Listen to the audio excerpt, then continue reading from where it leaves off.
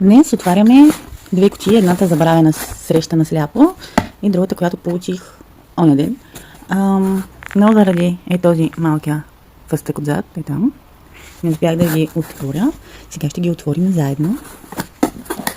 Първо почваме с среща на сляпо. Така, подарихме си книги няколко. Така. Оле! Голяма кръста. Добре, готино. Това е много сладко. Има филичка.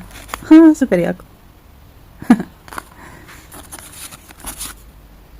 Да, така е. Много са.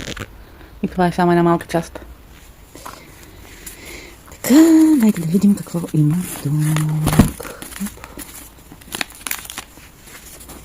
Всъщност,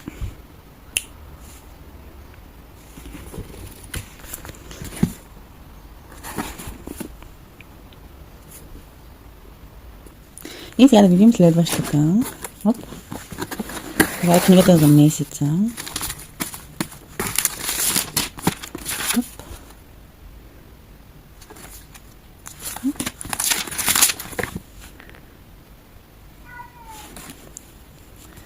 И ето е книгата. С цветни порезки. Много сладка. С моят цвят. Оранжево. Това е. Мерси. Чао!